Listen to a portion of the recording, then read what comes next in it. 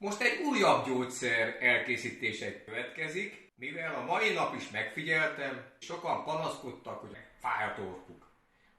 Jelenlegi gyógyszerhez egy körtét használok, meg kell pucolni.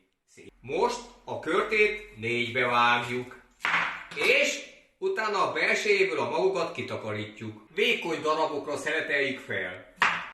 Akkor beletesszük egy pohár vízbe, és egy ilyen tányérban, víz van, beletesszük ezt a vízzel a másik körtét, lefedjük, 20 percig főzzük, és miután felfőtt, 10 percig állni hagyjuk, 2 kanál mézet kavarunk bele, és legfekvés előtt melegen fogyasztjuk. Köszönöm szépen, sziasztok!